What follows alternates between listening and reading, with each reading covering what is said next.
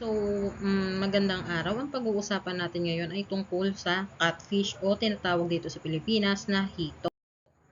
So, ano nga ba ang catfish? Ang catfish ay isang diverse group of ray finch fish named for their prominent barbels which resemble a cat's whiskers. Despite their name, not all catfish have prominent barbels or whiskers. So, dominant siya sa lugar ng South America, Africa at dito sa Asia. So, part of the catfish, meron tayong eyes, naris, barbels, operculum, pectoral fin, pelvic fin, anal fin, quadral fin, adipose fin, lateral lane. So, ang quadral fin is a main fin for propulsion to move the fish forward, which is ito, barbel, ito, with honey bands and a special factory sensor to help the fish smell. So, ito ang nakakatulong naman sensor para sa isda sa kanyang pangamoy. Naris, ang naris ay isang deck used to detect odors in water. So, ito naman ang odor. Siyempre, ang mata para makakita. Operculum is a series bone found in bony fish that serve as a facial support structure, which is ito. Pinoprotektahan niya dito ay ang grills. It is also used for respiratory and feeding. Yung fins naman is used by fins, which is itong mga to, are appendage used by the fish to maintain position or move.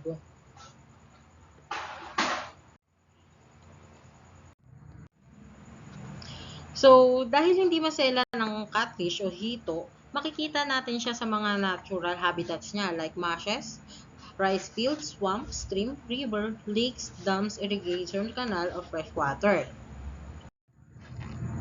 So, characteristic of catfish, equipped with special accessory organ which make it capable of surviving in a variety of water condition. So, kahit madumi yung tubig, kaya pa rin niyang mabuhay.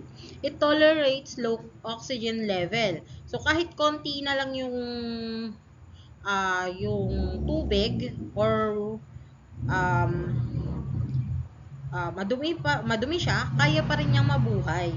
So, survive out of the water for a long period of time. So, napag-aralan naman natin kanina, yung parte ng hito, meron siyang special organ doon na kaya niyang mabuhay sa lupa nang walang tubig. So, has tender meat and good taste. So, ang catfish or hito in Philippines. So, dito sa Pilipinas, meron tatlong klaseng hito. May native na hito, Thai hito, African catfish. So, native hito, ito yung talagang dito makikita sa Pilipinas. So, itong Thai hito is a black slippery fish with a mustache to aid in swimming, which is meron siyang mahabang balbas. African catfish. The imported African catfish is more abundant. Filipinos have readily accepted it perhaps because of their familiarity with the native catfish. So, halos silang magkamukha lang. Pero may pagkakaiba din. Like ito, yung hugis niya, tsaka dito. Mas malaki ang native hito natin kumpara sa African catfish.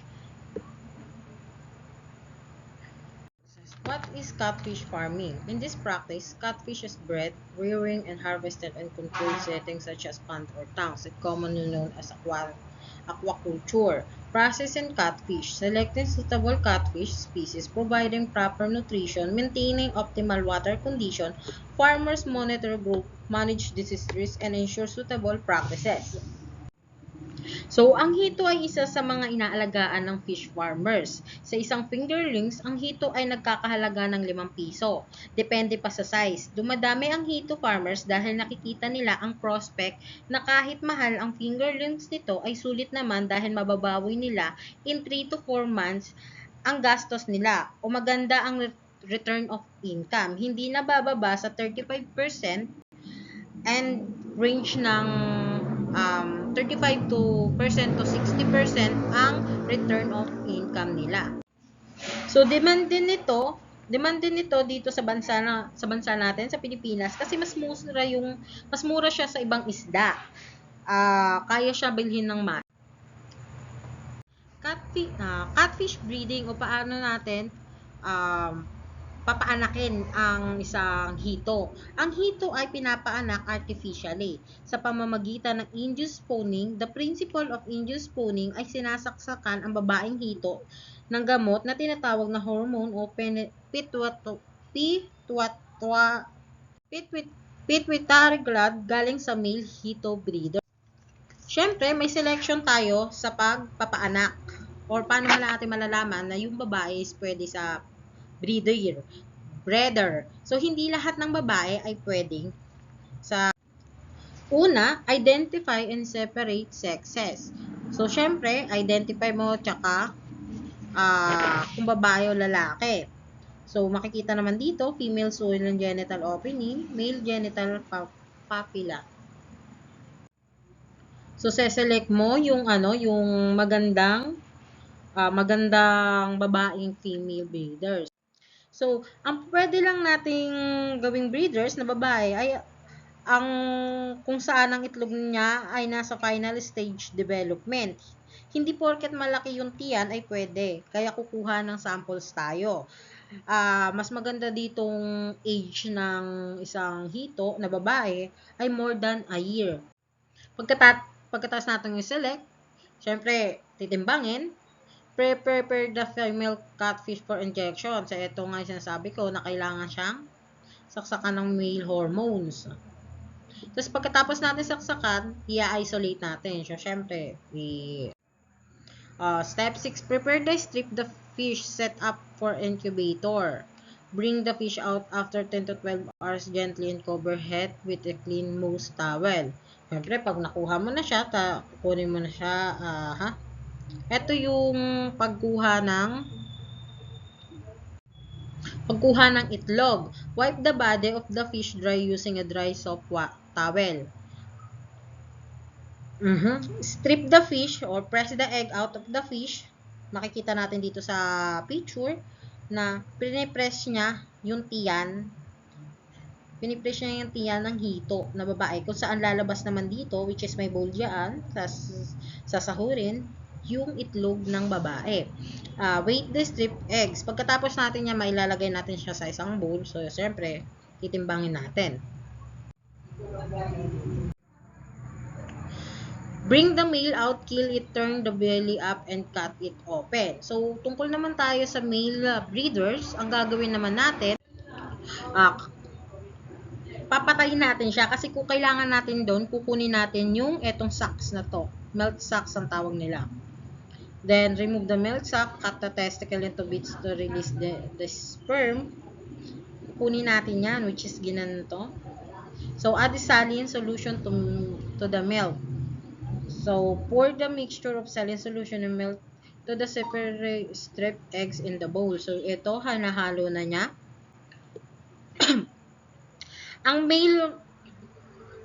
Yung male breeder natin ay dapat meron siyang characteristic na mature na at least 1 years old na siya. Kasi mas maganda yun, mas maraming napoproduce na sperm cell. So, mix thoroughly and fresh clean water. So, spread the egg inside the incubator or the spawning sponge. Wait 20 to 36 hours. Observe the newly hatched egg with the yolk still visible and attached to the fry. So, pag nakuha na ang itlog, dapat di tumagal para di maapektuhan ang pagpisa. Dapat ma-fertilize na agad. Which is nakita natin kanina sa kaninang slides. Na agad-agad na hinalo yung itlog dun sa saline. Huwag direktang ibuhos ang itlog sa hatching tray para di maging problema ang pag-collect ng unhatched egg, yung hindi mga napisa. Kailangan ganito ang gagawin. Spread siya ng konti. Tapos, kasi yung yung hindi na collect na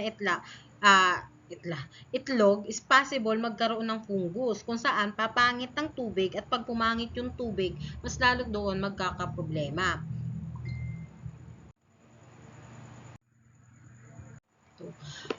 Catfish distribution. Fertilized egg are placed in hatchery tanks. After a week, the sac fry leave off the yolk from the eggs. They move fingerlings to a nursery pond. When they are 4 to 6 inches in length, they move them to catfish pond. So, dito muna siya ilalagay yung mga fertilized egg. Pag napisa na yan, which is ito mangyayari, ilalagay naman siya doon sa mga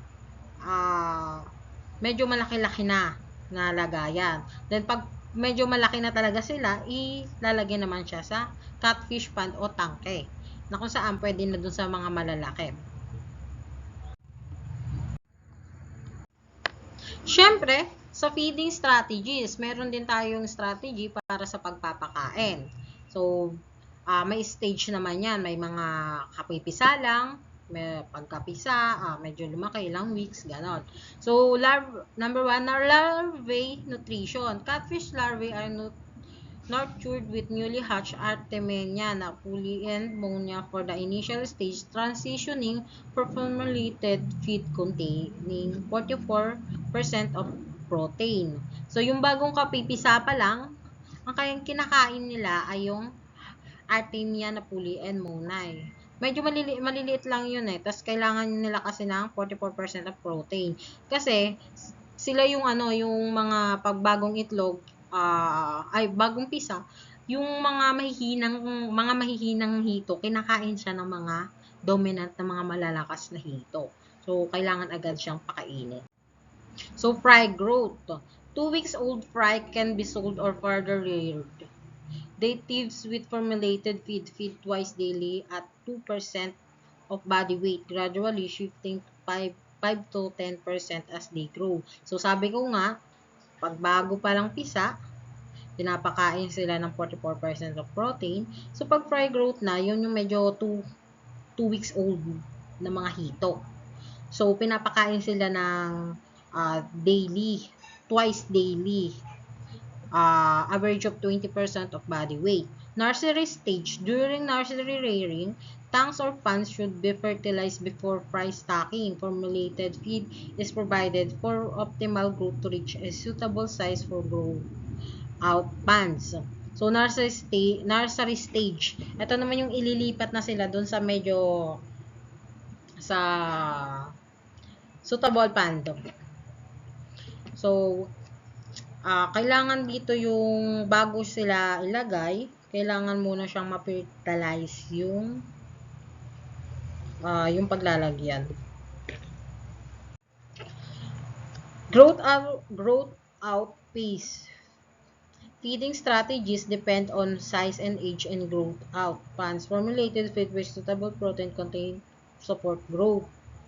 So, ito yung medyo mga malalaki na. So, syempre, depende din sa strategy mo kung ilang beses mo siya papakainin. Sa mga malalaki na itong isda, mga ilang months na ganon. So, water management and catfish farming in the Philippines, vital for successful catfish farming. Maintaining water quality parameters such as temperature, 25 to 36 degrees Celsius. Dissolved oxygen, 5 to 6 ml per liter. Milligram pala. pH, 6.5 to 8.5. And ammonia levels, less than 0.5 milligram per liter, within optimal range. Regularly monitor water quality to prevent stress and disease. Ensure proper aeration and water circulation to maintain levels and minimize water accumulation. Siyempre, pag magbabalak ka hito farming, siyempre kailangan mo munang maghanap kung maghanap ng water source mo. Lalo na yung kailangan sa water management talaga ng catfish, lalo yung controlled yung sa tangka. Kasi mas hindi sila doon malaya. restricted yung ano nila. So, kailangan talaga meron kang water source. Disease prevention and control in catfish farming. Catfish common disease is motile aeromonads septicemia or tinatawag na MAS, MAS, columnaris disease. This disease can be controlled through maintaining water quality, minimizing stress, and implementing biosecurity measure and vaccination for specific disease. This measure help prevent skin ulcer, gill necrosis, and other health issues in cat farming. So, hindi naman sinabi na kapag nag-keto farming ka, kasi wala ka ng problema sa nahaharapin. So, meron tayo diyang mga disease. Which is ito yung common na disease. Tapos syempre, itong disease naman, meron naman tayo dyan, practices para maiwasan itong mga disease na makontrol siya. So, syempre, isa na dyan, yung maintaining water quality. O, minimizing stress, which is stress sa hito, do sa isda. Vaccination specific, syempre may vaccination ng specific disease. Why catfish species suitable for farming in the Philippines? So, can be raised in concrete tanks. A 10 square meter concrete tank can raise 1,000 pieces of African hito fingerlings with 75 to 100 fingerlings per square meter and 90% protein feeding. Catfish farming can be done in backyards. The Philippines has enough fingerlings for small-scale farming and can be found online platform. So, hindi siya maselan at pwedeng alagaan kahit siksikan siya. So, kahit yung 15 pieces per cubic meter, yung fingerlings, di maselan sa kalidad ng tubig, which is low oxygen. Napapakain ng kahit ano, which is yung mga lalo na yung nasa pond. Yung demand niya is mas mura.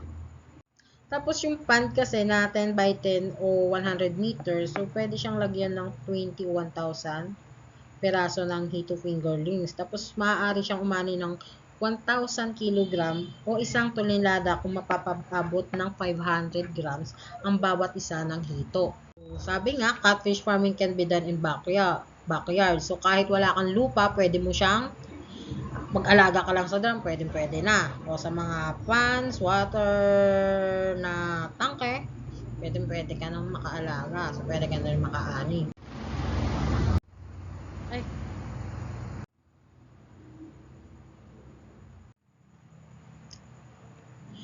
Catfish fingerlings production in the Philippines. So, select brood stock, hormone preparation, stripping and milk collection, fertilization and incubation, larvae feeding. So, kanina, nasabi ko na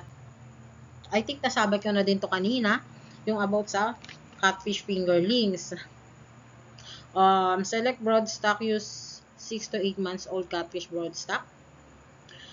2 to 5 male to female ratio placed in separate containers. So, yung 6 to 8 months old na catfish, maglalagay ka doon ng limang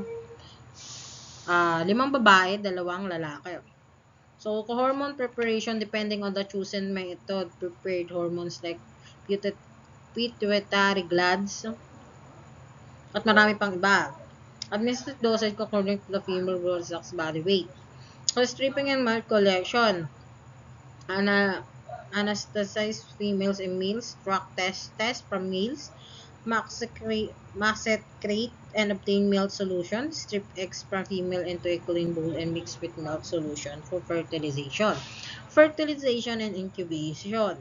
Mix eggs and milk solution through lid and transfer fertilized eggs to a tray inside hatching trough, then maintain water level and observe hatching process. Larvae feeding. After hatching, feed larvae with natural food with ammonia, artemia, or tubifex worm. So, nasabi ko na to kanina kung paano mag-breeding ng catfish.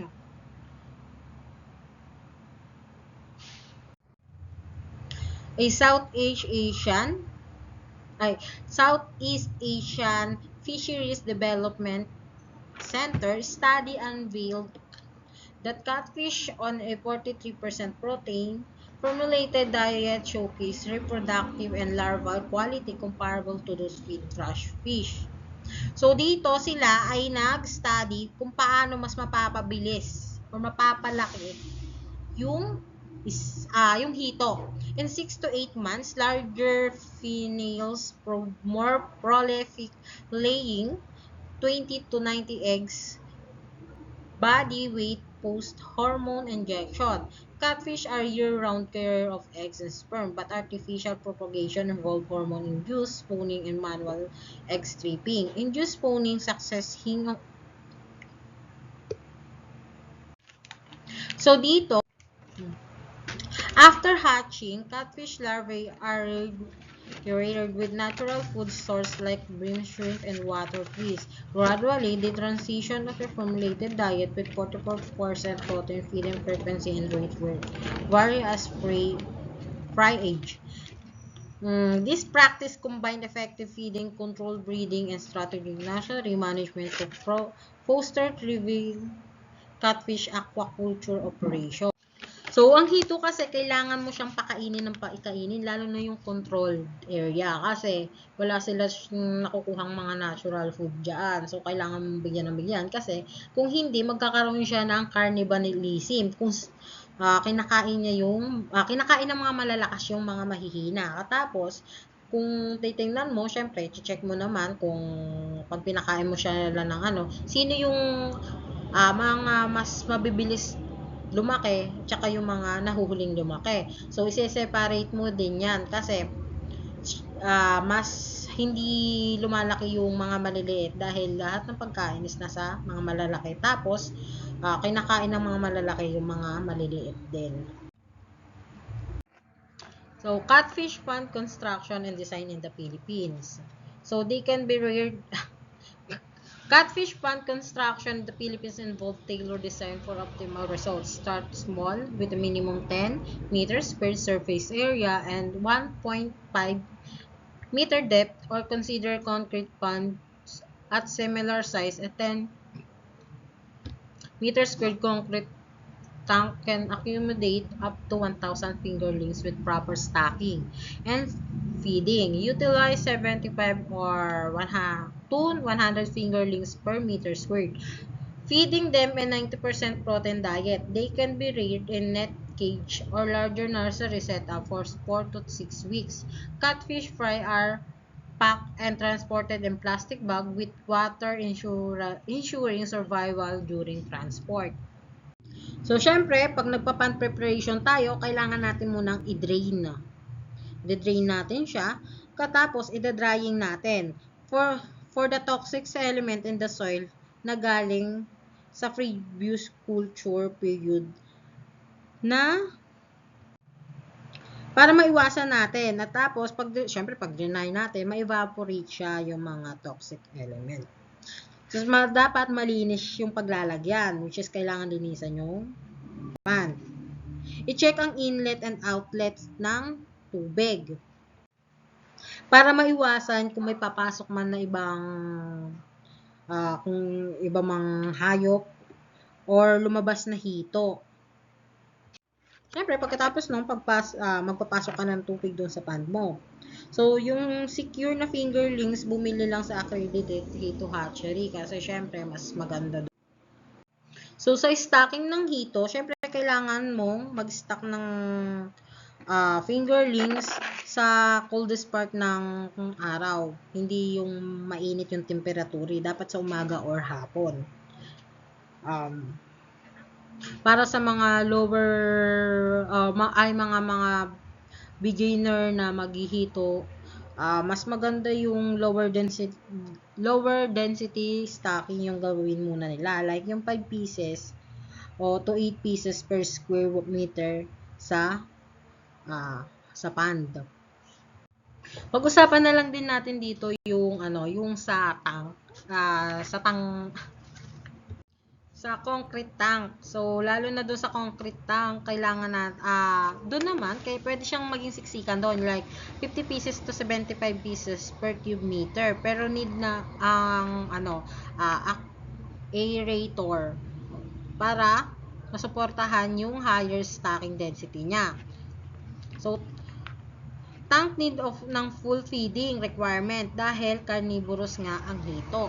So, para maiwasan yung cannibalism, kailangan full support yung pagpapakain sa kanya.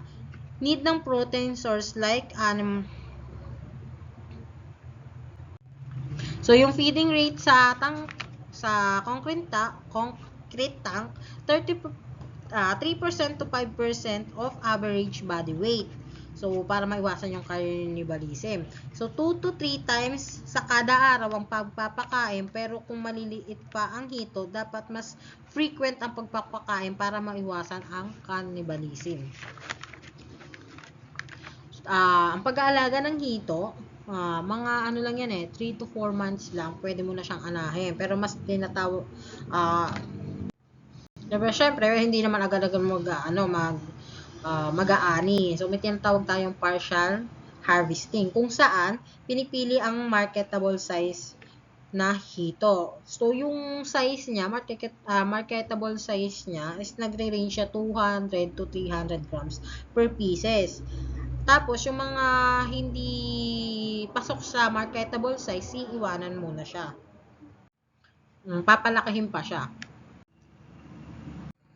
Government regulation and policies on catfish farming. In the Philippines, catfish farming is subject to government regulation policies that aim to ensure sustainable and responsible practices. The Bureau of Fishery and Aquatic Resources oversees the aquaculture sector, including catfish farming. Regulatory measures encompass environmental impact assessment, permits, and license to prevent negative ecological effect. BFAR promotes species diversity, disease prevention, and sustainable resource management. So, syempre, dito sa ang catfish farming ay demand na dito sa Pilipinas, meron din tayong kailangan sundin na policy ng gobyerno. This policy seeks to balance economic growth in the aquatic culture industry with environmental conservation. So, summary lang natin kanina yung mga na-topic natin. Bakit nga ba kaya demand sa Pilipinas or maganda ang catfish farming sa Pilipinas? So, ang catfish kasi ay hindi siya maselan. Matatag siyang isda. Hindi siya agad-agad namamatay. Hindi katulad ng ibang isda na kapag nawalan lang ng tubig, namamatay agad. So, syempre, yung catfish is meron siyang special organ na kung saan kaya niyang huminga sa tawag nito So, low oxygen. So, hindi din siya malisilan sa kalidad ng tubig. Lalo na sa panahon ngayon, hindi polluted na yung tubig natin. Pero, kaya pa rin niyang mabuhay sa ganong uri ng tubig. Demand siya kasi mas mura siya sa ibang isda. Kaya siyang bilhin ng masa o yung mga mahihirap. Pwede siya sa malawak na lugar, like pond or sa hindi ganun kalawak, like tank, pwede ka na agad mag-alaga kahit sa drum nga lang. So, unang i-consider ang availability ng malinis at year-round na supply ng tubig. Kung ka ng hito farming. So, syempre, kailangan mo ng availability ng availability ng malinis na tubig. So, tapos supply ng tubig. So, yung supply ng tubig, pwede mo siya sa spring irrigation or groundwater lang kunin. Tapos, sa lupa naman, sa klase ng lupa, dapat ay yung water retention para hindi papalit-palit ng tubig at pupunduhan siya ng tubig. Yung hindi agad-agad na pag nilagyan mo yung tubig, mabilis siyang mahibas. Mamamatay yung natin doon. So, accessibility ng lugar. Siyempre, marketplace, piece of orders sa lugar nyo. Hindi bahain malayo sa pollution area. So, yung hito ay kailangan din ng full support feeding kasi dahil carnivorous species siya. So, pag hindi mo siya pinakain regularly or hindi mo siya suportahan ng pagkain, hindi ka mauubos yung hito mo kasi kakainin ng mga malalaking hito yung mga maliliit or kakainin ng malalakas na hito yung mga mahihinang hito. So, magkakaroon siya ng cannibalism dun sa fish pond mo or dun sa tangke mo. Ang naman kasi sa hito, 3 to 4 months na pwede ka na agad mag-ani. Tapos, yung ano niya kasi, yung return of income mo, halimbawa, bibili ka lang